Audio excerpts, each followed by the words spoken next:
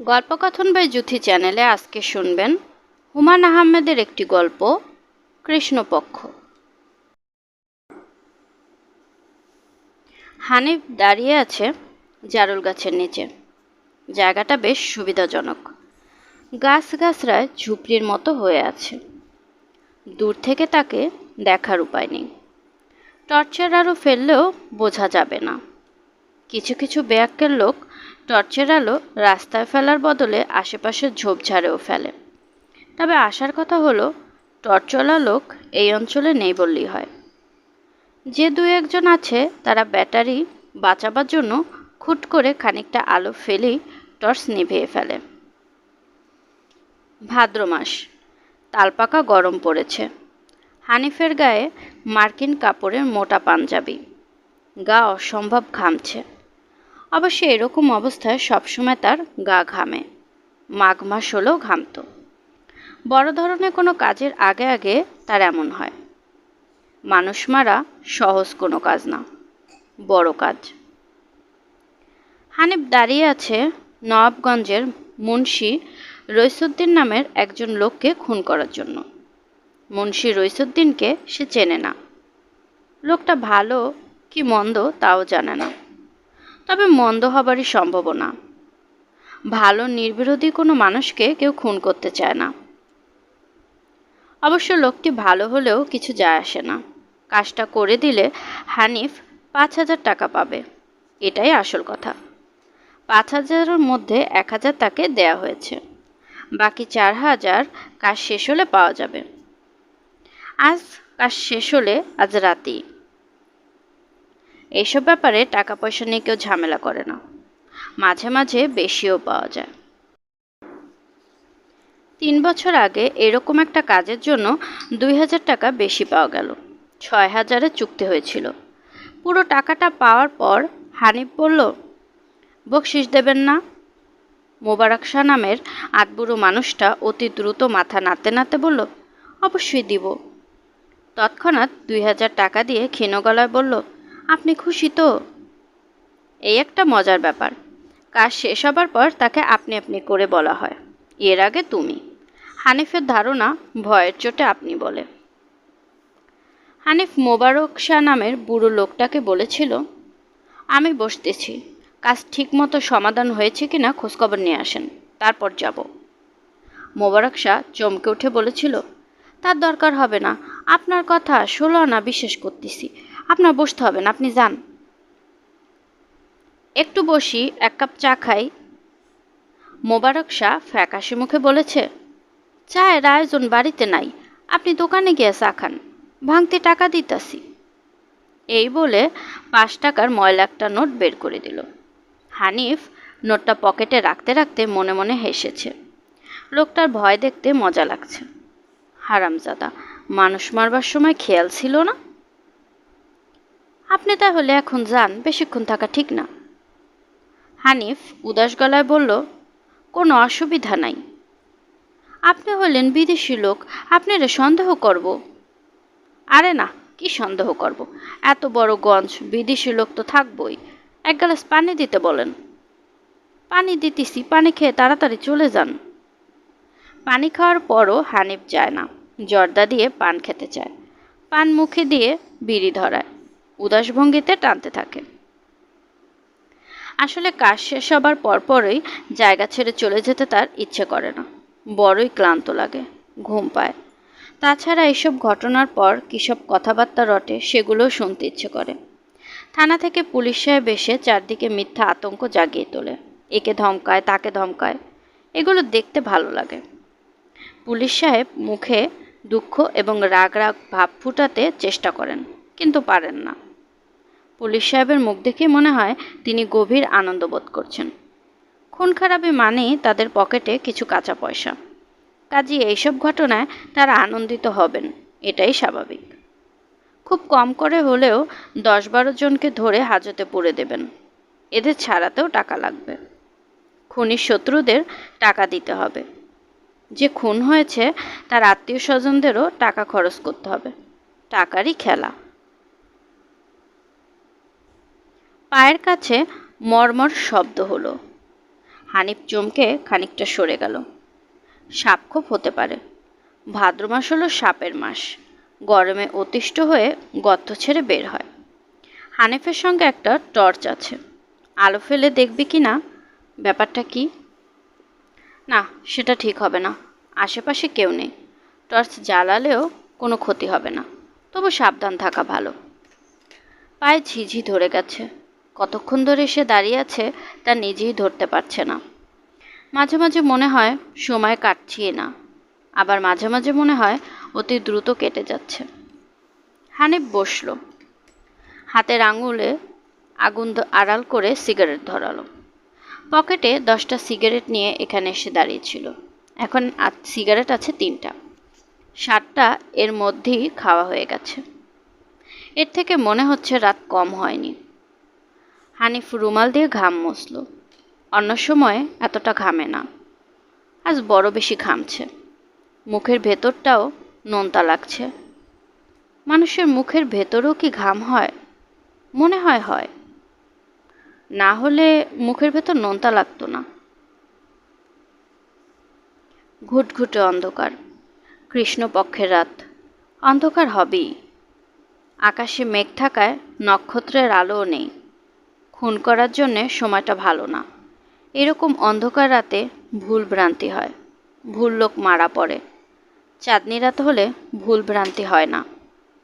কে আসছে দূর থেকে দেখা যায়। সবচেয়ে ভালো হয় দিনের বেলা। তবে এই জাতীয় কাজকর্ম দিনের আলোয় হয় না বললেই হয়। কৃষ্ণপক্ষে কাজ করতে হবে বলেই হানিফ গতকাল সন্ধ্যায় টর্চলাইটটা কিনেছে। কাজ করার আগে মুখে আলো ফেলে নিতে হবে। দেখতে হবে লোক ঠিক আছে কি। একবার আলো ফেললেই চিনতে পারবে। আলো না ফেলে হাঁটা দেখেও চিনতে পারবে। লোকটা হাঁটে খুঁড়িয়ে খুঁড়িয়ে। ডান পায়ে কোনো দোষ টোষ মনে হয় আছে। লোকটাকে সে যাতে চট করে চিনতে পারে সেই উদ্দেশ্যে গতকাল তার সঙ্গে আলাপও করেছে। লোকটা প্রতিদিন ভোর 8টার ট্রেনে মোহনগঞ্জ থেকে যায় বারোহাট্টা, ফিরে রাত 10টার ট্রেনে। দলিল লেখকরা সাধারণত হতদরিদ্র হয়। এ সেই শ্রেণীর না। এর পয়সা করে ভালো আছে। বাড়িতে টিনের বড় বড় 2টি ঘর। বাংলা ঘরের পশ্চিম দিকে টিউবওয়েল। লম্বা বাঁশের আগায় অ্যান্টেনা দেখে বোঝা যায় টেলিভিশন আছে। নিশ্চয়ই ব্যাটারিতে চালায়। এই অঞ্চলে এখনও ইলেকট্রিসিটি আসেনি। ব্যাটারিতে টিভি চালানো খরচান্ত ব্যাপার। তবে লোকটা কঞ্জুস ধরনের। গতকাল সকালে কিছুক্ষণ সঙ্গে থাকায় তার স্বভাব চরিত্র পরিষ্কার বোঝা গেছে। হানিফ ডিস্ট্রিক্ট বোর্ডের সড়কে তার অপেক্ষায় দাঁড়িয়েছিল। মোহনগঞ্জ রেল স্টেশন পর্যন্ত সঙ্গে সঙ্গে যাবে। এতে চেহারাটা মনে গাঁথা হয়ে যাবে। অন্ধকারেও চিনতে অসুবিধা হবে না। লোকটা মাটির দিকে তাকিয়ে দ্রুত পায়ে হেঁটে ডিস্ট্রিক্ট বোর্ডের সড়কে উঠে এলো। হানিফ সঙ্গে সঙ্গে বলল, ভাইজানের সঙ্গে কি ম্যাচ বক্স আছে? একটা সিগারেট ধরাবো। রইসুদ্দিন সরু চোখে তাকালো। নিতান্ত অনিচ্ছায় দেয়াশলের বাক্স বের করলো। হানিফ তার সিগারেটের প্যাকেট এগিয়ে দিল। হাসি মুখে বলল, নেন ভাইজান, আপনিও একটা ধরান। লোকটা তৎক্ষণাৎ হাত বাড়িয়ে সিগারেট নিল। নিতান্ত অপরিচিত একজন মানুষের কাছ থেকে সিগারেট নিতে বিন্দুমাত্র সংকোচ বা দ্বিধা দেখালো না। কঞ্জুস প্রকৃতির লোকজনের এই হচ্ছে যা পাওয়া যায় তাই নিয়ে নেওয়া। হানিফ বলল, স্টেশনের দিকে যান নাকি ভাইজান? আমি একজন চাউলের পাইকার। চাউল কিনতে আসছিলাম। দরে বনল না, এইদিকে চাউলের দর বেশি। লোকটা সব কথার জবাব এক অক্ষরে দিচ্ছে। কঞ্জুস ধরনের মানুষদের এটাও এক ধরনের আচরণ। মুখের কথাও তাদের কাছে টাকা পয়সার মতো। সহজে খরচ করতে চায় না। লোকটা বাজারের ঢোকার মুখে 1 খিলি পান কিনল। হানিফ সঙ্গে আছে। একবার জিজ্ঞেস করলো না পান খাবে কিনা। অথচ কিছুক্ষণ আগে তার কাছ থেকে সিগারেট নিয়ে বিনা দ্বিধায় খেয়েছে। আশ্চর্য লোক। হানিফ দুপুরের দিকে রইসুদ্দিনের বাড়িতে গিয়ে উপস্থিত হলো। এটা তার দীর্ঘদিনের অভ্যাস। কাজকর্ম করার আগে ওই বাড়িতে একবার যাবি। রইসুদ্দিনের বাড়িঘর তার পছন্দ হলো। হিন্দু বাড়ির মতো পরিষ্কার পরিচ্ছন্ন বাড়ি। ফুটফুটে একটা সবুজ জামা পরা মেয়ে বাংলা ঘরের উঠোন ঝাড় দিচ্ছে। হানিফ মধুর গলায় বলল, ও মা, তুমি এই বাড়ির? হ্যাঁ। আমার জন্য গ্যালাসে কইরা পানি আনো তো, তিয়াস লাগছে। মেয়েটি ভেতরে চলে গেল। কেমন হেলতে দুলতে যাচ্ছে, দেখতে ভালো লাগছে। 5-6 বছর বয়স হবে, কিন্তু পরিষ্কার কাজকর্ম। কি সুন্দর করে উঠোন ঝাড় দিচ্ছে। মেয়েটি ফিরে এলো খালি হাতে। চিকন সুরে বলল, সাপকল থেকে পানি খাইতে কইছে। আচ্ছা আচ্ছা, তুমি সাপকলে সাপ দাও, আমি পানি খাই। মেয়েটি খুব উৎসাহের সঙ্গে কলে চাপ দিয়ে পানি বের করলো। মনে হলো সে পানি বের করার কাজটা খুব মজা পায়। তোমার নাম কি গো মা? ময়না। বড় ভালো নাম, ময়না। রইসুদ্দিন সাপ তোমার কে হয়? বাজান হয়। আচ্ছা আচ্ছা, ভালো। হানিফের একটু মন খারাপ হলো। ঘটনা ঘটে গেলে এই মেয়ে নিশ্চয়ই ডাক ছেড়ে কাঁদবে। কাঁদলেও কিছু করার নেই। ঘটনা সে না ঘটালেও অন্য কেউ ঘটাবে। ব্যাপার একই। মাঝখান থেকে এতগুলো টাকা হাতছাড়া হবে। টাকার খুবই দরকার। হাত এখন একেবারে খালি। তার বউ খানিকটা শৌখিন ধরনের মেয়ে, অভাব সহ্য করতে পারে না। একবেলা উপোস দিলেই চিৎকার করে বাড়ি মাথায় তুলে। ছেলে মেয়েগুলোকে ধরে ধরে পিটায়। সাপের মতো ফোঁস করতে করতে বলে, সর সর। টাকাটা পাওয়া গেলে মাস 6-এর জন্য নিশ্চিত। শ্যামগঞ্জ বাজারের মেয়ে মানুষটার কাছেও তাহলে ইজ্জত নিয়ে যাওয়া যাবে। মেয়ে মানুষটা বড় তুচ্ছ করছে। গত মাসে একবার গিয়েছিল। দরজা ধরে কঠিন গলায় বলল, আজ যান গিয়া, ঘরে লোক আছে। হানিফ আবার সিগারেট ধরালো। আর একটা মাত্র বাকি আছে। শেষ সিগারেটটা ধরানো যাবে না। কাজের শেষে একটা সিগারেট ধরাতেই হয়। টিপটিপ করে বৃষ্টি পড়ছে। সিগারেটের আগুন খুব সাবধানে বৃষ্টির ফোঁটা থেকে আড়াল করে রাখতে হচ্ছে। বৃষ্টির ফোঁটায় আগুন নিভে গেলে সিগারেটটা ধরানো যাবে না। রাতে ট্রেন আসতে আজ এত দেরি করছে কেন কে জানে। লোকাল ট্রেনগুলির আসা যাওয়ার কোনো ঠিক ঠিকানা নেই। খুব বেশি দেরি করলে রইসুদ্দিন নামের লোকটা হয়তো আসবেই না। 12হাট্টায় আত্মীয়র বাড়িতে থেকে যাবে। আরও একটা দিন অপেক্ষা করতে হবে। এইসব কাজে অপেক্ষার যন্ত্রণা বড় যন্ত্রণা। একবার এইরকম একটা কাজে 11 দিন অপেক্ষা করা লাগলো। লোকটাকে কিছুতেই একা পাওয়া যায় না। সঙ্গে সবসময় একজন একজন থাকে। অতি সাবধানী লোক। এত সাবধান হয়েও অবশ্য শেষ রক্ষা হয়নি।